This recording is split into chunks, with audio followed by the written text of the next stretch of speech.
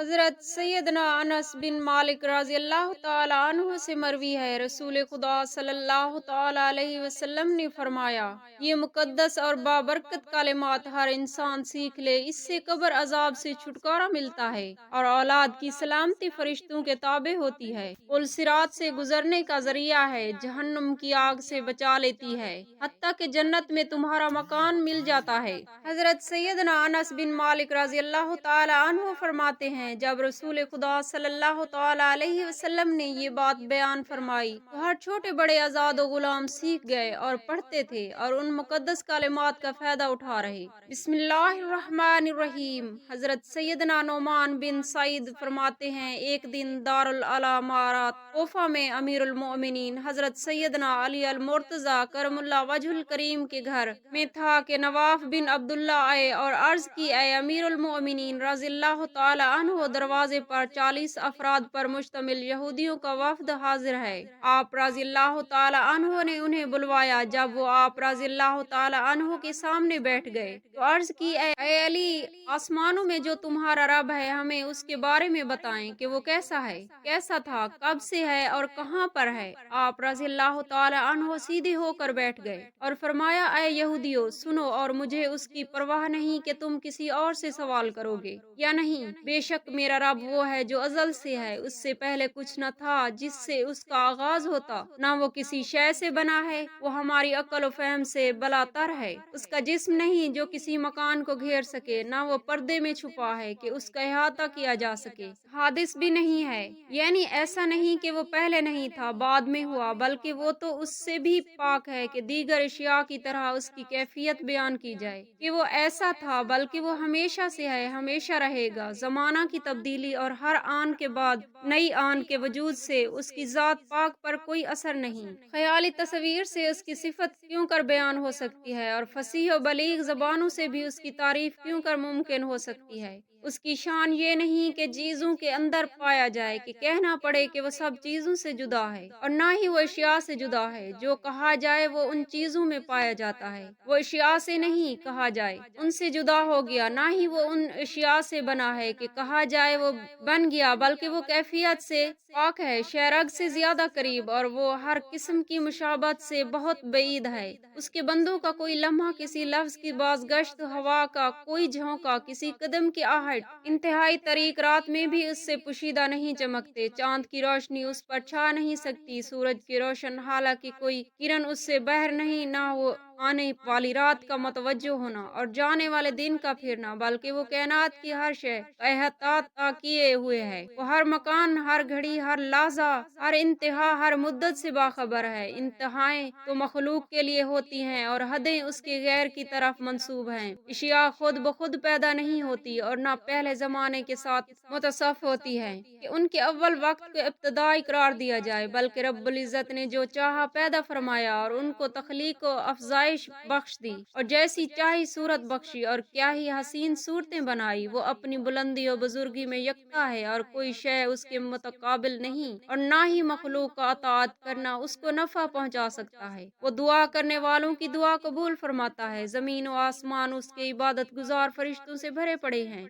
मुर्दों और जिंदों के बारे में भी इल्म रखता है। बुलंद आसमानों, सातवें जमीन नेज हर चीज के मुतालिक इल्म रखता है। कसीर आवाजों का जमा होना उसे मुतहिर नहीं करता और ना ही कसीर जबानों का सुनना उसे किसी एक से मशगूल करता है। वो मुख्तलिफ आवाजों को सुनने वाला और बगैर अज़ा जवारह उन्हें जवाब देने वाला, मुदब्बिर, बसीर, तमाम अमूर का जानने वाला और खुद जिंदा आवरों को कायम रखने वाला है। पाक है वो जिसने बगैर अज़ा बगैर होंठ हजरत सैयदना मूसा अलैहिस्सलाम से कलाम फरमाया, और जो गुमान करता है कि हमारा खुदा महदूद है, बस वो अल्लाह की हकीकत से ना बुलंद है, और जो ये कहे कि मकानात उसका अहाता किए हुए हैं तो वो फसाद में है। अल्लाह अज़्ज़ व जल तो हर जगह मुहित है। बस अगर तू अल्लाह अज़्ज़ व जल की ऐसी सिफात बयान करने से बाज नहीं आता जो उसकी शान के लायक नहीं, तो हजरत सैयदना जिब्राइल, मकाइल और इसराफील अलैहिस्सलाम के सिफत बयान करके देखा जो उसकी मखलूक है, हालांकि तू उससे भी आजिज है। तो फिर खालिक व माबूद अज़्ज़ व जल की सिफत का कैसे अदराक कर सकता है,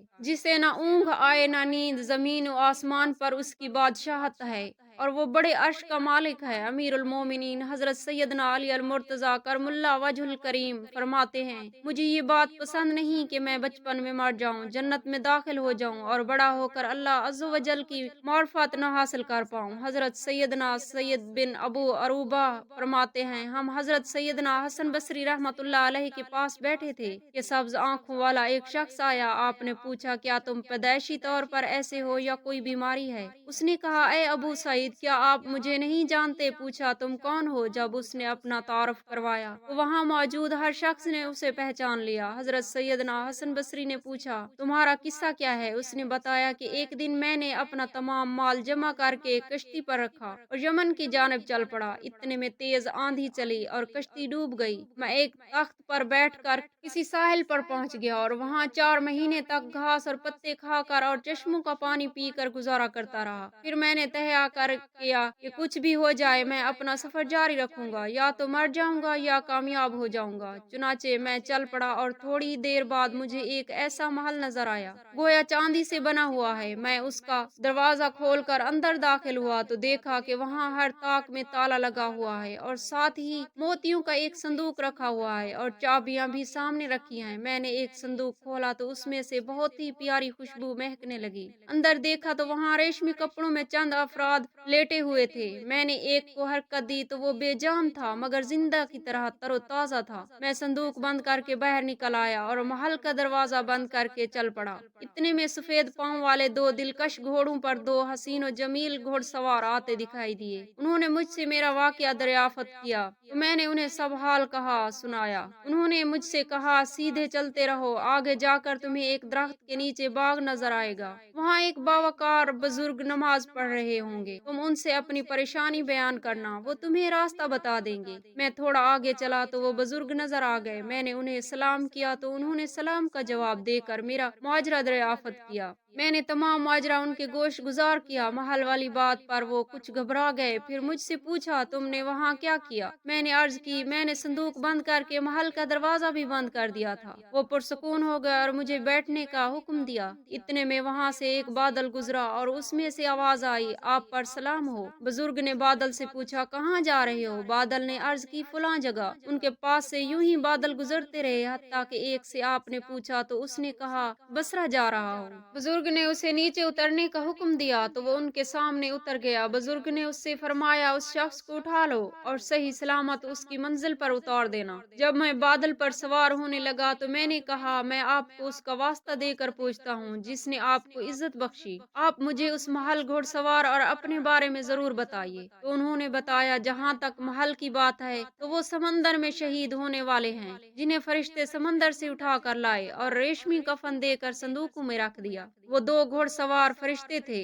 जो सुबह शाम अल्लाह का सलाम लेकर उन शहीदों के पास आते हैं। रहा मेरा मामला तो मैं खिज़र अलैहिस्सलाम हूँ और मैंने अपने रब से दुआ की थी कि मुझे तुम्हारे नबी हजरत सैयदना मोहम्मद सल्लल्लाहु अलैहि वसल्लम की उम्मत के साथ उठाइए। उस शख्स ने बताया, जब मैं उस बादल पर बैठा तो मुझे सख्त घबराहट हुई, हत्ता कि अब मैं आपके सामने हूँ। हजरत सैयदना अब्दुल्ला बिन अब्बास रज़ियल्लाहु तआला अन्हुमा ने एक शख्स से फरमाया, क्या मैं तुम्हें एक ऐसी बात का तोहफा न दूं जो तुम्हें खुश कर दे? उसने कहा, क्यों नहीं? फरमाया, तुम खुद भी सूरत मुल्क की तिलावत किया करो और अपने घर वालों को, अपनी औलाद को, घर के बच्चों और पड़ोसियों को भी ये सिखाओ, क्योंकि ये निजात दिलाने और झगड़ाने वाली है। ये अपने पढ़ने वाले के लिए बरोज़े क़यामत रब्बुल आलमीन से झगड़ा करेगी और उसके लिए अज़ाब दोज़ख से निजात का मुतालबा करेगी और उसका पढ़ने वाला अज़ाब कब्र से महफूज रहेगा। हज़रत सैयदना अब्दुल्ला बिन मसऊद रज़ियल्लाहु तआला अन्हु ने फरमाया, सूरत मुल्क अज़ाब कब्र को रोकती है। जब अज़ाब सर की तरफ से आता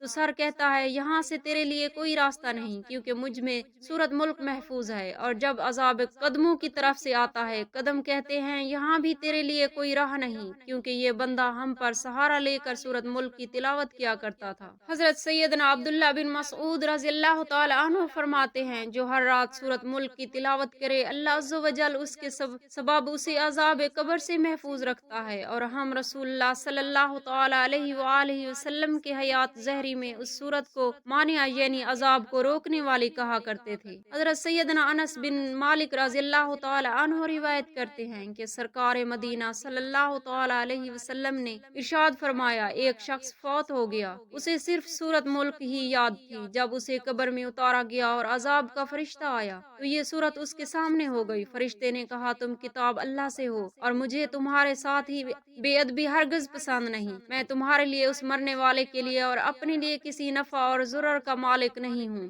اگر تم اسے عذاب سے بچانا چاہتی ہو تو میرے ساتھ رب کی بارگاہ میں چل کر اس کے لیے سفارش کرو۔ چنانچہ سورت ملک بارگاہ الہی میں پہنچی اور عرض کی، اے میرے رب، تیرے فلاں بندے نے مجھے تیری کتاب سے منتخب کر کے سیکھا اور میری تلاوت کی، کیا تو اسے آگ سے جلائے گا اور عذاب دے گا حالانکہ میں اس کے پیٹ میں ہوں؟ اگر تیرا یہی ارادہ ہے تو مجھے اپنی کتاب سے مٹا دے۔ رب تعالیٰ ارشاد فرماتا ہے، میں تجھے ناراض ہوتا دیکھ رہا ہوں۔ سورت ملک نے عرض کی، ناراض ہونا میرا حق ہے۔ رب تعالیٰ نے ارشاد فرمایا، جا، میں نے اسے تیرے حوالے کیا اور اس کے حق میں تیری سفارش قبول کی۔ چنانچہ وہ واپس آ گئی اور فرشتہ بوجھل قدموں کے ساتھ خالی ہاتھ واپس چلا گیا۔ پھر سورت ملک نے اس میت کے منہ پر اپنا منہ رکھ کر کہا، کیا ہی خوب ہے یہ منہ جو اکثر میری تلاوت کرتا تھا، کیا ہی خوب ہے یہ سینہ جس نے مجھے محفوظ کیا، اور کیا ہی خوب ہے یہ قدم جن کا سہارا لے کر مجھے تلاوت کیا جاتا تھا۔ پھر وہ قبر میں اس کا دل بہلاتی رہتی تاکہ اسے وحشت نہ ہو۔ حضرت سیدنا انس بن مالک رضی اللہ تعالی عنہ فرماتے ہیں، جب رسول خدا صلی اللہ تعالی علیہ وسلم نے یہ بات بیان فرمائی تو ہر چھوٹے بڑے آزاد غلام نے اس سورت کو سیکھ لیا اور آپ صلی اللہ تعالی علیہ وسلم نے اس کا نام منجیہ نجات دلانے والی رکھا اور جنت پہنچا دیتی ہے۔ اللہ تبارک و تعالی سے دعا ہے، میرے تمام مسلمان بہن بھائیوں کے بچوں کو اللہ پاک اپنے حفظ و امان میں رکھے، آمین یا رب العالمین۔